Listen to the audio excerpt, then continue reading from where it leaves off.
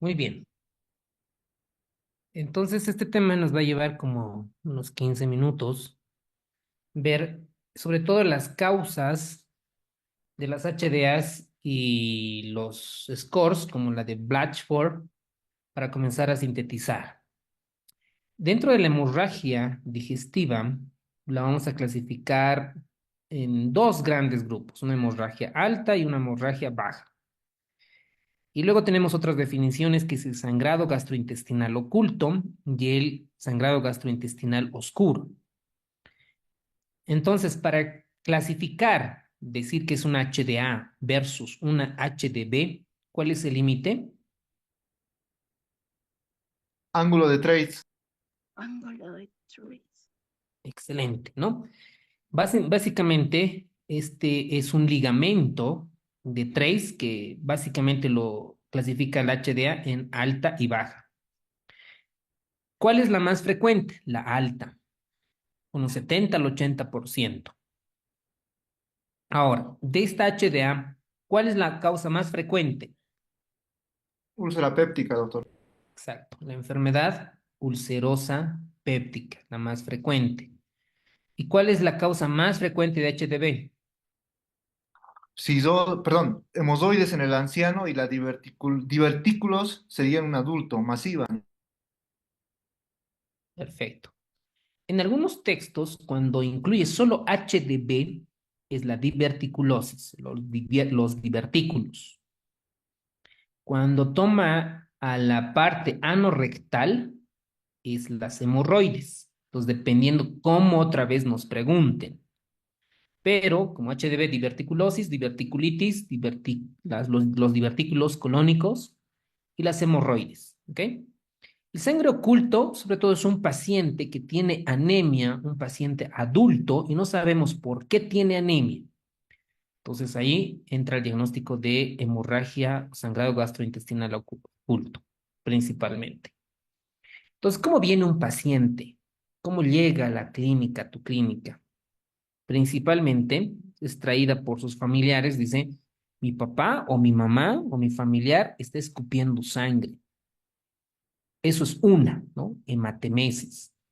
U otra es que te dicen, no, doctor, doctora, mi abuelita hizo deposiciones negras, negruzcas, y es como alquitrán, sí, ¿ok? Esas son las famosas melenas. Vienen con esos dos escenarios clínicos. Los pacientes que vienen con hematemesis probablemente sean los más graves. Me ha tocado ver a pacientes eh, me acuerdo que toda mi pijama se manchó con hematemesis y no se podía hacer el manejo de vía aérea y el paciente entra en paro, ¿no es cierto? Entonces, estos pacientes necesitan una atención inmediata porque el paro es fulminante, básicamente se desangran, se mueren de nuestra vista. Entonces, acá, por ejemplo, tenemos una endoscopía donde muestra datos de sangrado y aquí tenemos una melena, un paciente con deposiciones negruzcas. Entonces viene el paciente con hematemesis, con melenas, que en los libros de semiología está en forma de pozos de café, porros de café. Vienen con heces negruzcas, alquitranadas, y si ustedes han visto un paciente con HDA, es bien fétida, ¿no? Es hiperfétida estas deposiciones. Cuando un paciente viene con hematoquesia, esta puede ser un dato indirecto de una HDB, la hemorragia digestiva baja. Entonces, como estos tienen repercusiones hemodinámicas cardiovasculares, pueden tener síncope, taquicardia, hipotensión y otras. Y este es el resumen, ¿no? El resumen de entre HDA y HDB. ¿Cuál es la causa más frecuente de HDA? La enfermedad ulcerosa péptica. Nadie puede fallar esa pregunta. ¿Cuál es la causa más frecuente de HDB? Las diverticulosis, exceptuando las hemorroides, exceptuando la patología no rectal, ¿no? Cuando es anorrectal, allí es hemorroides, ¿ok? Aquí tenemos lesiones raras. Estos son potencialmente posibles preguntas de examen. Los pacientes que tienen HDB por varices esofágicas o varices gástricas, ¿cuál será su patología de base? Cirrosis por hipertensión portal. Exacto, ¿no? Por hipertensión portal. Entonces, en un paciente con cirrosis que tiene HDA, ¿qué sospechas? Varices esofágicas secundarias e hipertensión portal. ¿Ok? Muy bien. Ectasias vasculares, otra causa. Otra causa es la lesión de Duela-Foy. Esta lesión es un microtraumatismo de la mucosa, submucosa, sobre todo en la parte del estómago proximal, más o menos esta parte. En la unión gastroesofágica, algunos libros los ven cuando se ven por endoscopía. Entonces, eso es la parte, ¿no? Cuando incluyen la parte vascular o la patología no rectal, ¿cuál es la causa más frecuente de HDV? Las hemorroides. Luego tenemos otras causas. Luego tenemos tumores, el cáncer de esófago, cáncer gástrico para HDA, para HDV, el cáncer colorectal, para HDA tenemos las hernias hiatales, síndrome de Mallory-Weiss o síndrome de Boerhaave, que lo vamos a identificar en qué contexto se realiza, las gastropatías hipertensivas portales y las coagulopatías. Y mientras en HDV tenemos el trauma abdominal inferior y las fisuras anales y otras. Entonces vamos a la enfermedad ulcerosa. La úlcera péptica está presente o causa el 50% de las hemorragias digestivas altas. Sabemos que el 20% de los pacientes que tienen una hemorragia activa o con un vaso visible que no sangra, volverá a sangrar. Por eso aquí es importante la endoscopía digestiva alta. Muy pocos hospitales en nuestras ciudades de Bolivia tenemos endoscopías digestivas altas las 24 horas, pero sí en la parte privada, ¿no? Llamamos un endoscopista gastroenterólogo, pues ya lo vamos a tener. Ahora, cuando se realiza la endoscopía vamos a tener varios tratamientos, ¿no? Con electrocoagulación bipolar, sondas térmicas y otras. Y cuando llega un paciente con HTA, primero tomamos signos vitales, ¿no? Digamos cómo está el paciente, lo más probable es que esté hipotenso con 90-40, una frecuencia alta de 130, digamos, y vemos los signos vitales, vemos cómo está el ABCD, lo primero, ¿no? Vía aérea, respiración, circulación, accedemos a un acceso venoso periférico y le damos omeprazol, ¿no? El omeprazol, ¿de cuánto viene en frasco? De 40. 40 Eso. miligramos. ¿Cuánto le damos, 40, cuánto le damos en bolo? 80 miligramos 80. intravenoso stat. Exacto, ¿no?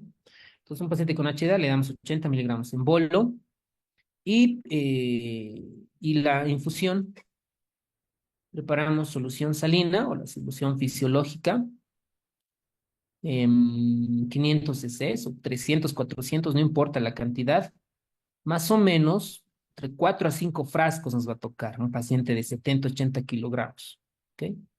5 frascos de omeprazol de 40 miligramos, ¿no? Esta IV para 8, 12 horas, dependiendo cómo esté el paciente. ¿Sí? Incluso esta se puede generar hasta 24 horas, dependiendo, ¿no? Las dosis que lo requiere el paciente. Pero esa es la dosis de ataque y la endoscopía, ¿ok? Le pedimos la endoscopía y además de esto añadimos los laboratorios. Y en los laboratorios, ¿qué nos interesa? ¿Qué le pedimos a un paciente con HDA?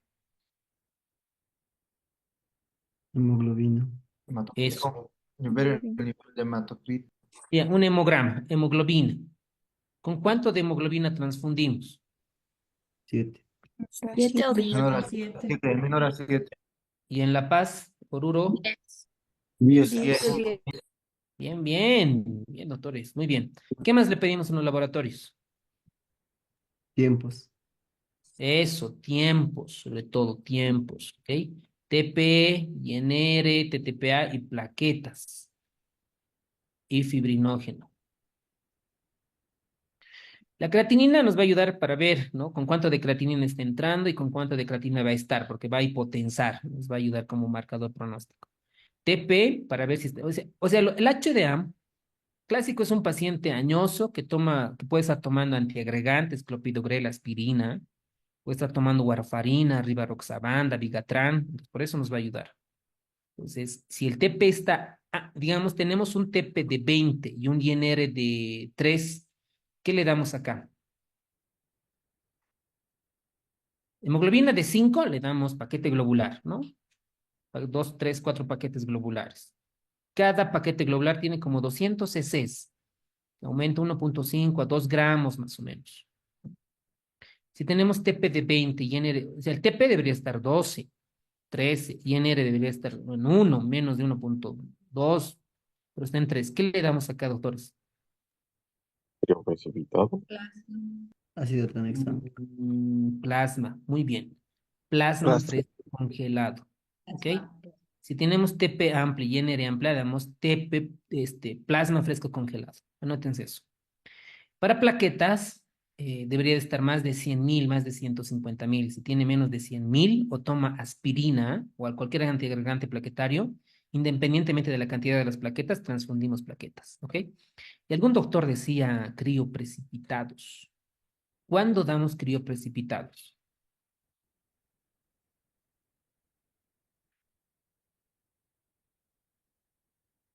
Vamos, doctores.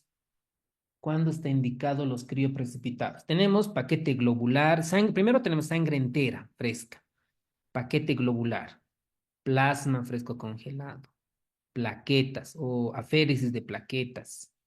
Tenemos complejo concentrado protrombínico, tenemos crioprecipitados, factores recombinantes. Y ahí el crioprecipitado, ¿cuándo se usa? Tienes un paciente con HDA.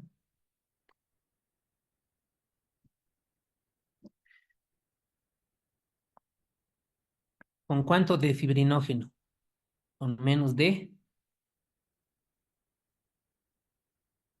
Ok, entonces el paciente, cuando tenemos hipofibrinogenemia, ¿no? Pues ahí está indicado los crioprecipitados para este tipo de pacientes, ¿ok? Entonces aquí lo importante, nosotros hacemos el manejo de vía aérea, damos soluciones, noradrenalina, omeprazol, bla, bla, bla, y lo importante es realizar la endoscopía. Importante, porque el paciente se va a morir de lo contrario. Entonces, para los factores de riesgo para un paciente que tenga HDA, que es por úlcera péptica, el tema de úlcera péptica es un mundo y lo van a profundizar en cirugía. Y si tienen tiempo para leer el libro de Harrison sería genial, porque no entra como tal úlcera péptica, indirectamente ingresa. Entonces tenemos tres factores de riesgo importantes: el Helicobacter pylori, los AINES y el pH, el ácido como tal. Entonces, ¿por qué damos omeprazol? Básicamente para subir el pH intragástrico, que el ideal debería de estar más de 6. Y esto va a ayudarnos a que la coagulación, el coágulo pueda tener estabilidad y obviamente reduce la hemorragia digestiva. Bueno, ahora los pacientes que tienen úlcera péptica, que tienen riesgo de sangrado, obviamente se prefiere usar a AINES con preferencia a COX-2. Cuando un paciente recibe aspirina, por ejemplo, por un síndrome coronario agudo y el tratamiento debe de restituir más o menos, debe de ser entre 1 a 7 días, obviamente dependiendo posendoscopía preferentemente, ¿ok? Eso con relación a la úlcera péptica. Luego tenemos el desgarro de Mallory-Weiss. El desgarro de Mallory-Weiss, sobre todo, se presenta del 2 al 10% de las hospitalizaciones con HDA. ¿Cuál es lo importante o qué dato es importante? Que el paciente tiene antecedente de vómito. Digamos, supongamos que un paciente tiene intoxicación alimentaria, ¿no? Tiene dolor de estómago, ¿no? Y tiene náuseas y vómitos y de repente escupe sangre, ¿no? Por tanto, vomitar, escupe sangre. Entonces es un desgarro de Mallory-Weiss. ¿En quiénes se da? Preferente en pacientes con alcoholismo. ¿Y en qué parte del tracto digestivo? En la unión gastroesofágica acá. Y el 80 al 90% aparece de forma espontánea y puede reaparecer en un 0 a 10%. ¿Cómo realizo el tratamiento? Endoscopía. Nada de omeprazol, ondansetrona, endoscopía. O evitar los vómitos. Otra causa que tiene peor pronóstico, los que fallecen, son las HDAs por varices esofágicas.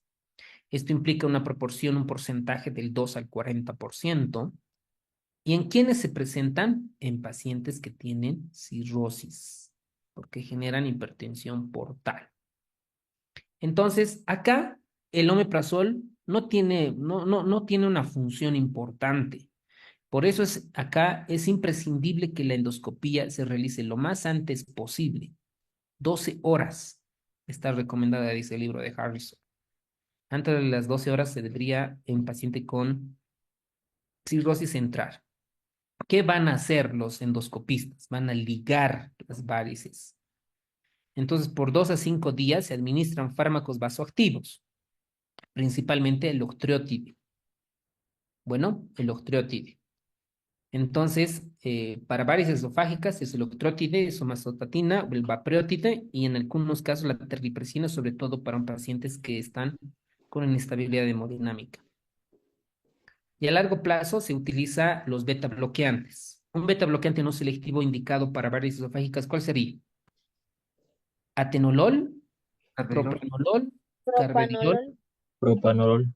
Eso, muy bien, muy bien. Aquí el beta bloqueante indicado es el propranolol. Es el medicamento, el beta bloqueante a largo plazo, ¿no? Donde han logrado disminuir las tasas de HDA por varices esofágicas. Muy bien. Normalmente un paciente que ingresa por insuficiencia hepática crónica, nosotros los estratificamos. Y esta estadificación se realiza con Child-Pugh. Y el Child-Pugh, normalmente con C, con una puntuación de 10 a 13, estas pueden presentar datos de HDA persistentes o repetitivas. Por lo tanto, estos pacientes son candidatos a una derivación intrahepática portosistémica transyegular. Es decir, esta vena porta que ustedes aquí estoy pintando, se los pasa, ¿no? Hay una derivación portosistémica, ya no pasa por el hígado como tal. Obviamente estos pacientes tienen alto riesgo de encefalopatías hepáticas y demás. Obviamente en nuestro medio, la verdad es que nunca he visto realizar a nuestro medio, ¿no? En Bolivia como tal estas derivaciones. Sabemos que los pacientes con cirrosis, obviamente en nuestro medio se mueren, ¿no? Tienen mal pronóstico. Otra de las causas de HDA son las gastropatías hemorrágicas erosivas. Por ejemplo, ha habido casos clínicos, sobre todo cuando la semana de carnavales o la semana de, no sé, de fiestas, ¿no? De gran poder, entradas universitarias o bautizos, los pacientes beben mucho alcohol y el alcohol desgarra la mucosa gástrica. Entonces, los pacientes dicen, doctor, he escupido sangre, he escupido sangre. Esto es una gastritis microhemorrágicas o erosivas. Entonces, más o menos abarca del 10 al 15%. Y estos, ¿en quiénes se dan? En pacientes que consumen bebidas alcohólicas, AINES, ibuprofeno, ¿cómo es? Diclofenaco y todo lo demás, y el estrés, ¿no? El estrés genera las gastritis hemorrágicas. Y también sabemos que las lesiones por estrés pueden observar en pacientes muy graves, con traumatismos profundos, cirugías mayores, y en pacientes con quemadura más del 3%. ¿A esto qué se denomina? ¿Úlceras de Cushing o úlceras de Curling? De curling. Eso, muy bien, doctor. Muy bien, doctoras. Las úlceras de Curly, ¿no? Es un paciente. Yo no sé qué tanto se ve en la práctica diaria, y esto es muy debatible. A todos los pacientes que se internan en medicina interna, en emergencias, en terapia intensiva, casi todos reciben ranitidina o omeprazol. ¿Ok? Las guías actuales refieren que todos los pacientes que toleren la vía enteral pueden comer, no necesita ningún gastroprotector. Incluso el omeprazol se asocia a lesión renal, a las neumonías intrahospitalarias y al riesgo por infección de Clostridioides difficile. Entonces, no. Solamente tienen algunas indicaciones claras de usar, ¿ok? Por ejemplo, use lo que ustedes comentaban, las úlceras de Curly. Es una indicación con bajo nivel de evidencia para usar estos gastroprotectores, ¿ok? Otras causas de HDA, neoplasias, las telangiectasias hemorrágicas hereditarias de tipo lesión Osler-Weber-Rendum, las ectasias vasculares del anto gástrico llamadas estómagos en sandía, las lesiones del Duelafoy. ¿Qué es esta lesión? No es nada más que un vaso anómalo de la mucosa gástrica. Luego tenemos otras, ¿no? Patologías.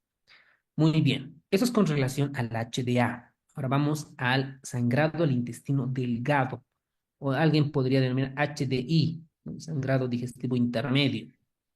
Entonces hay pacientes que tienen anemia, hemoglobinas de 4, 5, 6, y no se sabe la causa y el perfil cinético sale una hemorragia, una anemia ferropénica. Entonces, cuando se hace la endoscopía digestiva, pueden identificar, ¿no? Y el 75% de estos casos son del yeyuno y otras del ilio.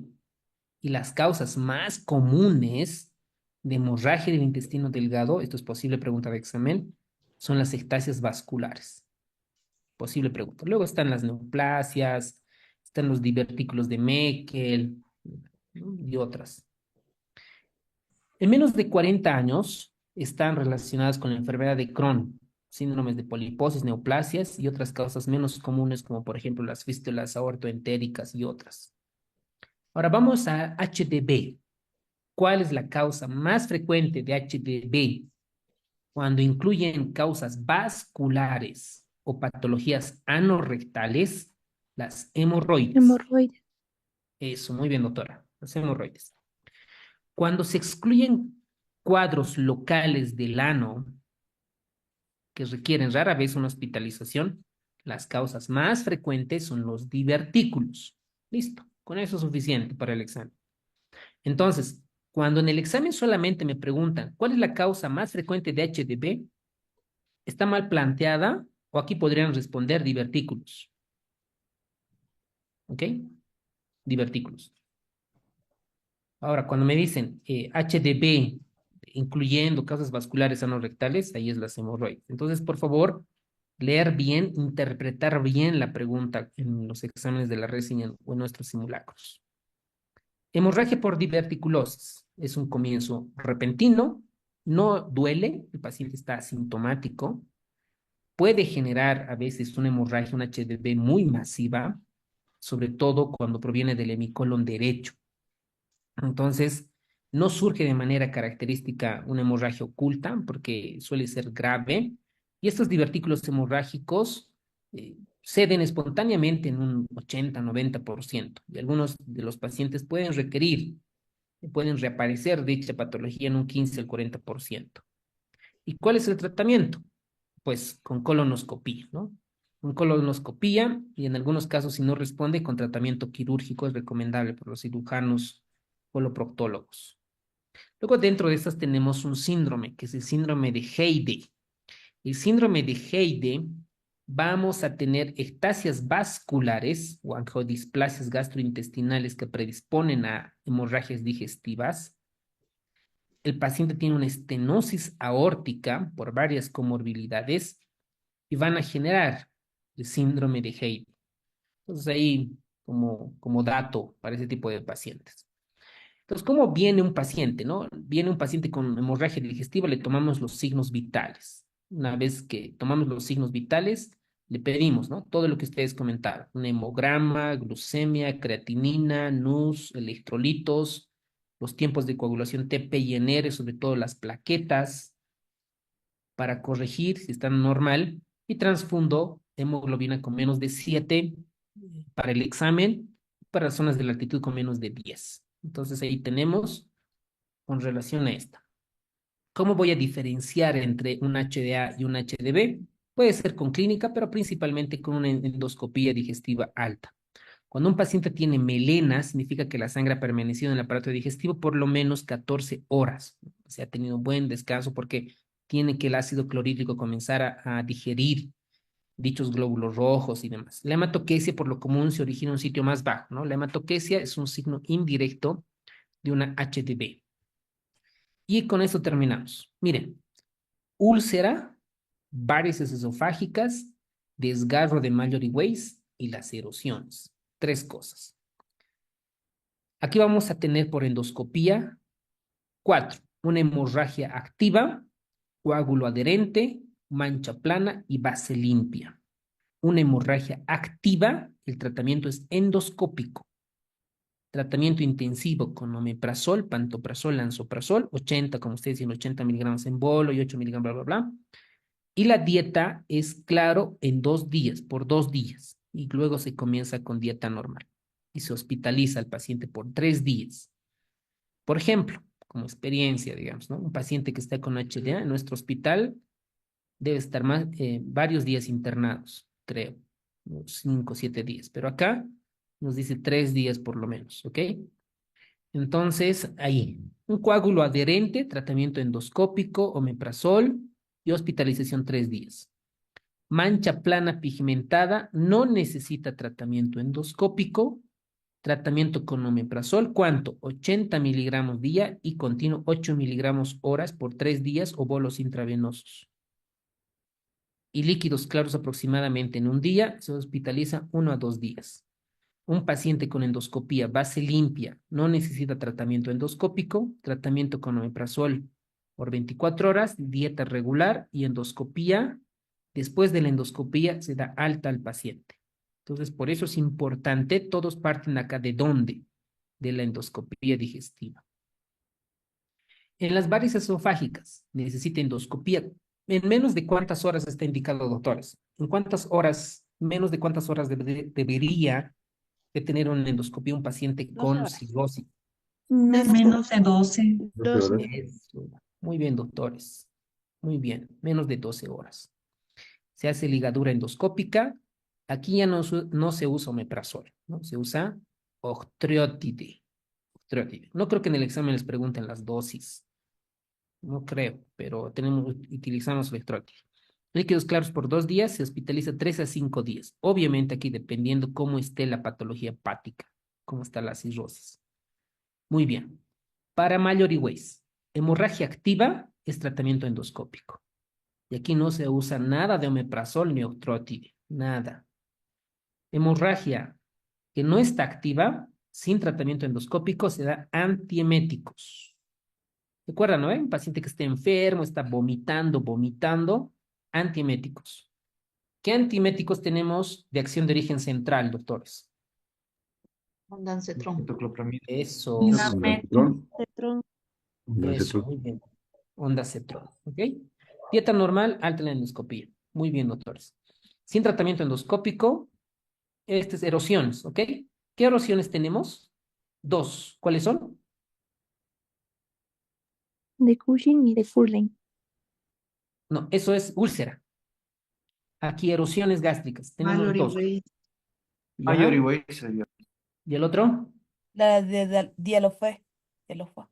Ya, las lesiones de vascular de Duelafoy, muy bien. ¿Y otra? Borheim. Eso, Berger. Esos tres, ¿ok?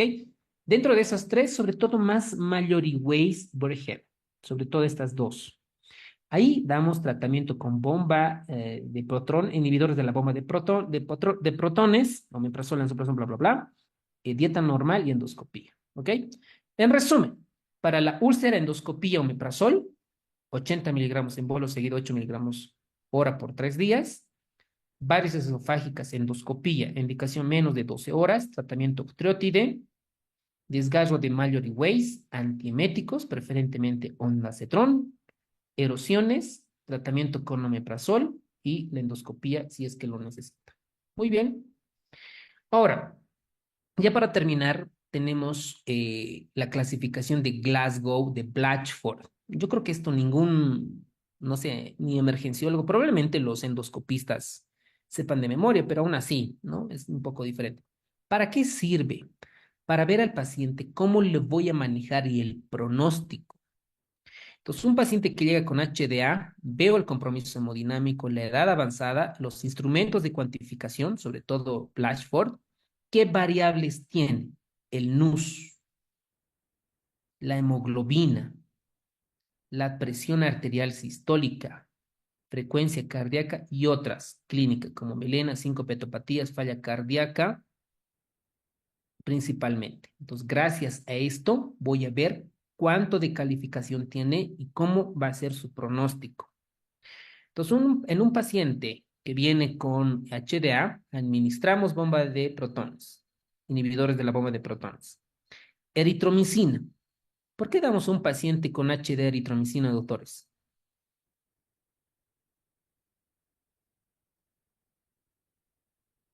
Porque necesitamos que la sangre que está dentro del intestino se pueda eliminar lo más antes posible. Y aquí tenemos un receptor que es la motilina. ¿Y quién estimula la motilina? La eritromicina. Cuidado que estén pensando que como antibiótico. No, no, no, no, doctores. Aquí la eritromicina damos como un procinético. Procinético. Y ustedes dirán, pero ¿por qué no le podemos dar metoclopramida? La metoclopramida es muy arritmogénica por sus receptores. Y aparte, en los estudios se ha demostrado que la eritromicina es superior a la metoclopramida. La dosis es 250 miligramos, 30 minutos antes de la endoscopía. Porque imagínate tú como endoscopista, ¿no? Vas a cerrar la endoscopía y de repente te encuentras con un estómago lleno de sangre, el intestino no te va a ayudar. Pero si comienza a limpiarse, te va a ayudar. Por eso ahí damos eritromicina. Antibióticos, bueno, fármacos vasoactivos. Esto. ¿Cuál es el fármaco vasoactivo de elección en choque hemorrágico? Adrenalina. También. Eso, la noradrenalina. Muy bien. Y en paciente con cirrosis, ascitis, varices esofágicas, HDA, Mm, ¿No? Terlipresina. eso, muy bien, doctora. La terlipresina. ¿Ok? Pequeños detalles, ¿no? Pequeños detalles que te hacen diferente con relación al montón. Y los sujetos con mayor de riesgo se benefician de una endoscopía de urgencia en las primeras 12 horas, sobre todo en pacientes con cirrosis hepática. Aquí tenemos la escala de Glasgow-Blatchford, esta en la aplicación le pueden hacer, y esto es lo que nos interesa. Si tiene menos de un punto, el manejo es extrahospitalario. Ok, le doy su omeprazol, 20 miligramos bioral cada día, ¿no? Cada 12 horas queda. Menos de 3 puntos no requiere endoscopía. Menos de 6 puntos, un paciente de riesgo bajo y más de 6 puntos, riesgo alto. Entonces, con estos datos yo me voy a guiar si lo voy a manejar, paciente lo voy a hospitalizar, le voy a pedir endoscopía, etcétera. Porque, digamos, yo soy el médico tratante como emergenciólogo, vengo a HDA y le llamo al endoscopista, ¿no? Doctor, tengo un paciente de 40 años con HDA, estaba tomando warfarina, su último Jenner está en 3, ya le estamos pasando plasma fresco congelado, las plaquetas estaban en 30.000, ya le estamos pasando 30 unidades de plaquetas, listo, está para entrar en endoscopía, perfecto. Y te va a preguntar, ¿cuánto de Blatchford tiene?